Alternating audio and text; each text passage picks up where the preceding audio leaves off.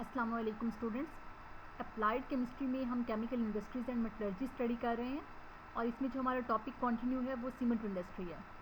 First lecture में हमने cement industry के सोर्सेज, उसके रॉ मटेरियल्स, कंपोजिशन, प्रॉपर्टीज़ को डिस्कस किया। सेकंड लेक्चर में हमने मैन्युफैक्चरिंग प्रोसेस ऑफ सीमेंट को डिस्कस किया। आज जो हमारा टॉपिक है इसमें हम setting and hardening of cement को डिस्कस करेंगे। तो ये सेटिंग टाइम क्या होता है, सेटिंग क्या होती है, ये बहुत इंपॉर्टेंट क्वेश्चन आता है इसमें से। तो आज हमारा टॉपिक ऑफ डिस्कशन है setting and hardening of cement. अब सेटिंग ऑफ सीमेंट में हम किन किन पॉइंट्स को स्टडी करेंगे। तो सबसे पहले हम देखेंगे what is setting of cement, कि सीमेंट की सेटिंग का मतलब क्या है। नेक्स्ट हम देखेंगे what is setting time of cement, कि सेटिंग ऑफ सीमेंट क्या चीज़ है और सेटिंग टाइम ऑफ सीमेंट से क्या मुराद है। इसके बाद हम स्टेजेस ऑफ सीमेंट सेटिंग को डिस्कस करेंगे। फर्स्ट स्टेज इसमें हाइड्रेशन आती है, सेकंड स्टेज इसमें हाइड्रोलिसिस आती है, थर्ड स्टेज इसमें कोलाइडिसेशन आती है, फोर्थ स्टेज इसमें क्रिस्टलाइजेशन आती है और लास्ट पे जो हम पॉइंट डिस्कस करेंगे वो है हार्डनिंग ऑफ सीमेंट। तो ये पॉइंट्स हैं जिनको हम सेटिंग ऑफ सीमेंट में डिस्कस करेंगे। अब हम one by one in points को डिस्कस करते हैं। अब आ जाते हैं what is setting and setting time of cement. तो पहले हम देखते हैं what is setting of cement. Cement setting क्या होती है। अब बेसिकली सीमेंट सेटिंग में हम क्या करते हैं कि हम प्लास्टिक जो मैस होता है उसको हम नॉन प्लास्टिक मैस में कन्वर्ट करते हैं। हम जब हमने इसके डिस्कस किए थे, सीमेंट को डिस्कस किया था, तो हमने इसकी slurry preparation method, cement manufacturing, ये सब चीज़ें ऑलरेडी डिस्कस कर ली थी। अब इसमें क्या होता है, जब हम सीमेंट का पेस्ट बनाते हैं तो वह प्लास्टिक लाइक पेस्ट बनता है।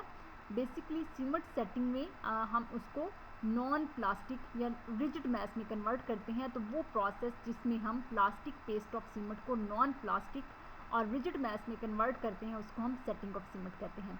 अगर हम इसको डिफाइन करें तो डिफाइन हम इसको कुछ इस तरह से करेंगे, the conversion of a plastic paste of a cement to a non plastic and rigid mass is known as setting of cement.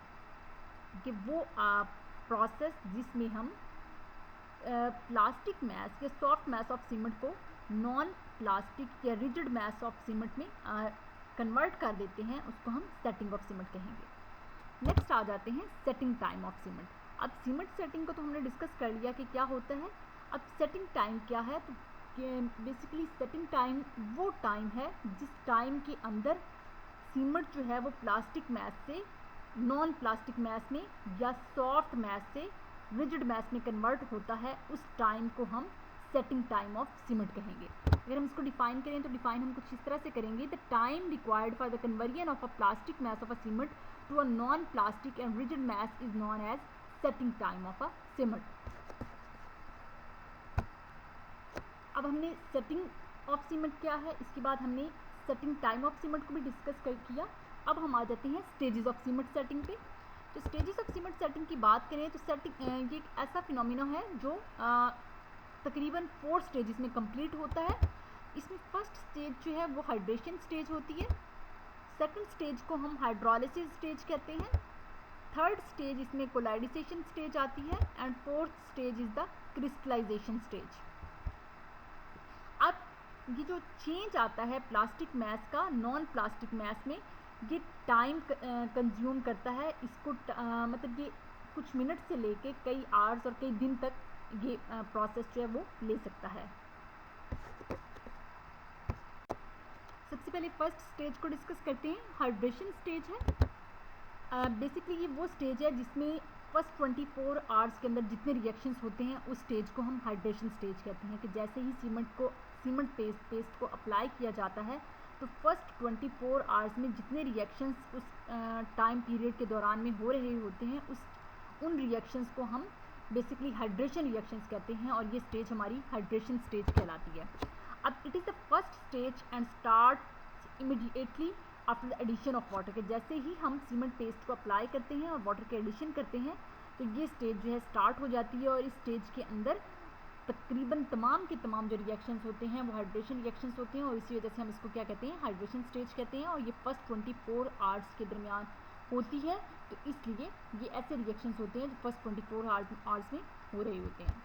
अब यहाँ पे कौन कौन से रिएक्शन होते हैं, जैसे ही हम पेस्ट फॉर्मेशन को अप्लाई करते हैं तो शॉर्ट टाइम के बाद ही जो हमारे सीमेंट की कंपोजिशन हमने डिस्कस की थी उसमें जो ट्राई कैल्शियम एल्यूमिनेट होते हैं या उसमें ये ट्राई कैल्शियम एल्यूमिनेट जो प्रोड्यूस होते हैं या जो सिलिकेट होते हैं ये वाटर को एब्जॉर्ब कर लेते हैं। जैसे ही ट्राई कैल्शियम एल्यूमिनेट और सिलिकेट वाटर एब्जॉर्ब करते हैं तो उसके नतीजे में एक कोलाइडल जेल बनता है, हमारे पास एक कोलाइडल जेल मैस प्रोड्यूस होता है जिसको हम हाइड्रेटेड कोलाइडल जेल भी कहते हैं।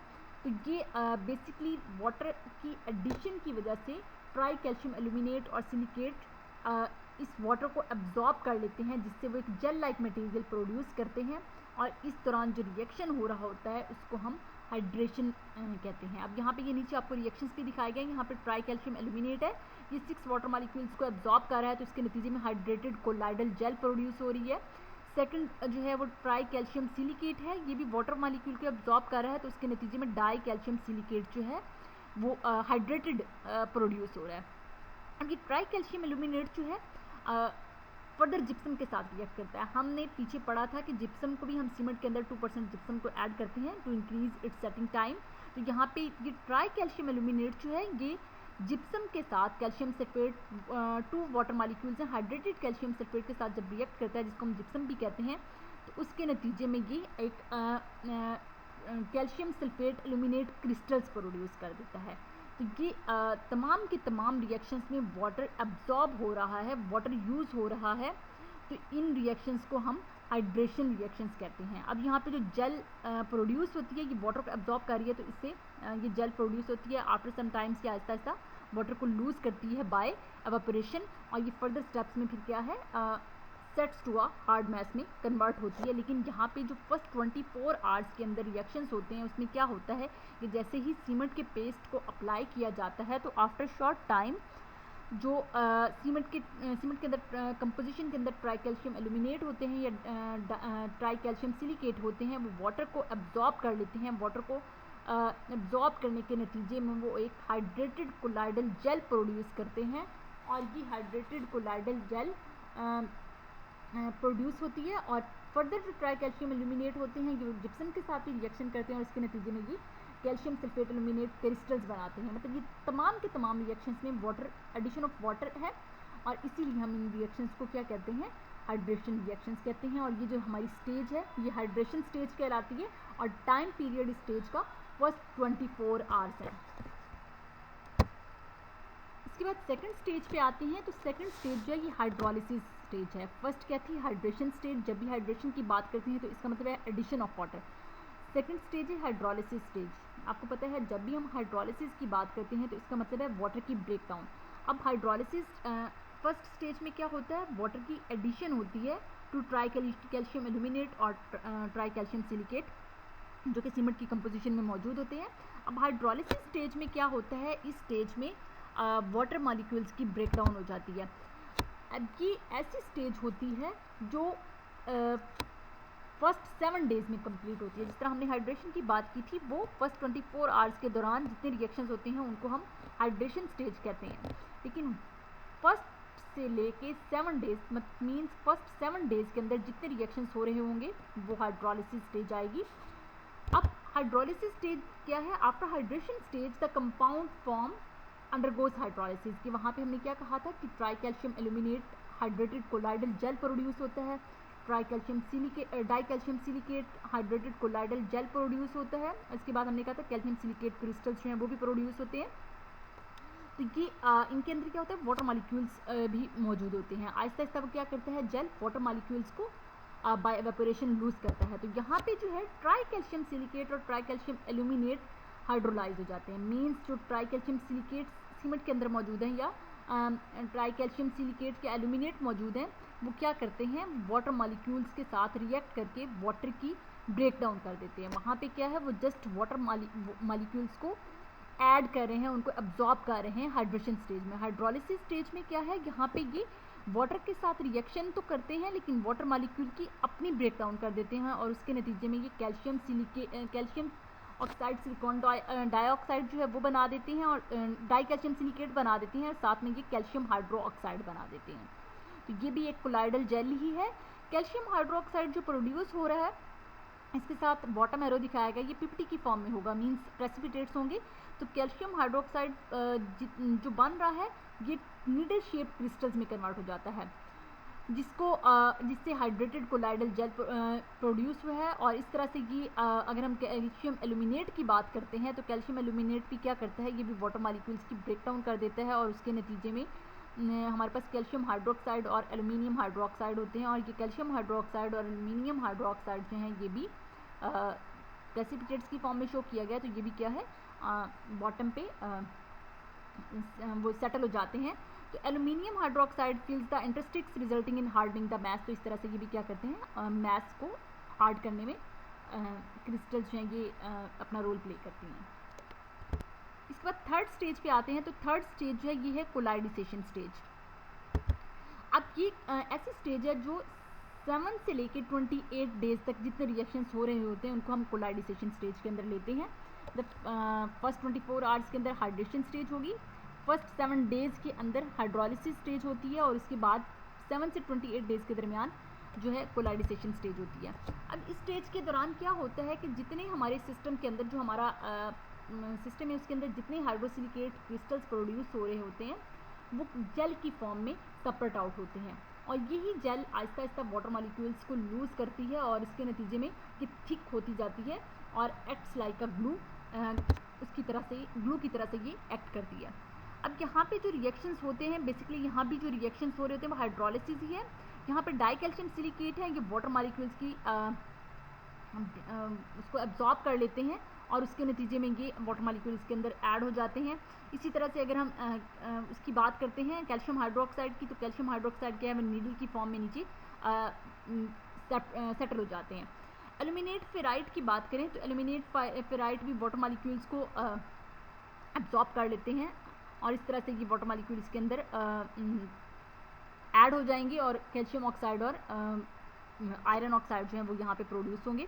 ये एल्यूमिनोफिरेट जो है ये भी एक कोलाइडल जेल बना देते हैं, वाटर के एब्जॉर्ब करने के बाद कोलाइडल जेल बना देंगे।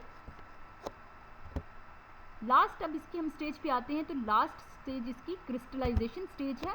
क्रिस्टलाइजेशन स्टेज में सिंपली क्या है, जितनी हमने ये हाइड्रेशन रिएक्शन, हाइड्रोलिसिस रिएक्शन और कोलाइडिसेशन स्टेज की बात की है, कोलाइडिसेशन स्टेज में जितनी बेसिकली जेल की हमने बात की। अब क्रिस्टलाइजेशन स्टेज में होता क्या है, हम उसी जेल में से ही आहिस्ता आहिस्ता वाटर जो है वो रिमूव हो जाता है। तो इस स्टेज के अंदर जितने कंपोनेंट्स बनते हैं वो जेल लाइक मटेरियल या कोलाइडल स्टेट होती है वो कन्वर्ट हो जाती है क्रिस्टलाइन स्टेज में। अब जेल लाइक स्टेट जो है किस तरह से क्रिस्टलाइन स्टेट में कन्वर्ट होती है, जेल में हमेशा वाटर या मॉइस्चर मौजूद होता है। जैसे ही वो ये मॉइस्चर लूज़ करती है डिफरेंट प्रोसेसेस के ज़रिए से, सपोज एवापोरेशन, बाय एवापोरेशन ही जेल मटेरियल जो है या कोलाइडल मटेरियल जो है वो अपना वाटर रिमूव कर रहा है, तो फिर ये जेल जो है ये क्रिस्टलाइन स्टेट में कन्वर्ट हो जाती है। अब जेल जो है ये आहिस्ता आहिस्ता वाटर को लूज़ करती है बाय एवापोरेशन और उसके नतीजे में या फिर ये हाइड्रेट्स बना के जो एक्सेस वाटर है उसको रिमूव कर देती है और इस तरह से ये जेल जो है क्रिस्टल्स में कन्वर्ट हो जाती है और ये एक हार्ड मैस बनाती है। इन दिस वे अगर हम इन स्टेप्स को 1 by 1 डिस्कस करें तो in this stage most of the components get transformed from a gel और colloidal state to a crystalline state. The gel starts losing water partly by evaporation or partly by forming hydrates. In this way, cement sets to a hard mass and gets proper strength. तो यहाँ तक हमारी setting of cement की 4 की 4 stages complete होती हैं और इस तरह से सीमेंट जो है वो सेटिंग जो है वो प्रोड्यूस करता है। मीन्स सॉफ्ट सीमेंट जो है, सॉफ्ट पेस्ट जो है वो कन्वर्ट हो जाता है नॉन प्लास्टिक या रिजिड मैस में। लास्ट हमारा जो इसमें आता है वो है hardening of cement. Hardening of cement जो है ये डिफरेंट होती है, सेटिंग ऑफ सीमेंट से थोड़ा डिफरेंट है। इसमें बेसिकली क्या होता है, ये एक ऐसी एबिलिटी होती है सीमेंट की जिसमें वो उसकी सेटिंग इस तरह से होती है कि उसमें कोई डिसइंटीग्रेशन या क्रैकिंग नहीं होती।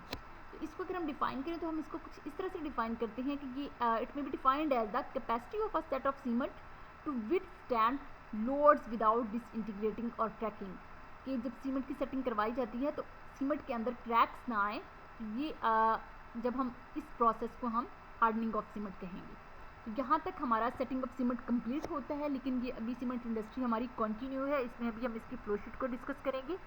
इसके प्रोसेस की कंप्लीट आउटलाइन, प्रोसेस इसका ओवरऑल कंप्लीट हो गया है। इसकी आउटलाइन को एक दफ़ा हम देखेंगे और इसकी फ्लोशीट को डिस्कस करेंगे। उसके बाद हम इसमें से इंपॉर्टेंट क्वेश्चंस जो हैं जो आ सकते हैं वो डिस्कस करेंगे, क्योंकि सीमेंट इंडस्ट्री बहुत इंपॉर्टेंट है और इसमें से बहुत ज़्यादा क्वेश्चंस जो हैं वो आते हैं। ओवरऑल तमाम इंडस्ट्रीज ही मोस्ट इंपॉर्टेंट है, लेकिन शुगर के अकॉर्डिंग अगर हम कंपेयर करें तो ये सीमेंट इंडस्ट्री ज़्यादा इंपॉर्टेंट है। तो इसको हम इसके जो इंपॉर्टेंट क्वेश्चन है नेक्स्ट लेक्चर में उसको भी डिस्कस करेंगे। तो यहाँ तक हमारा आज का लेक्चर जो है वो कंप्लीट होता है।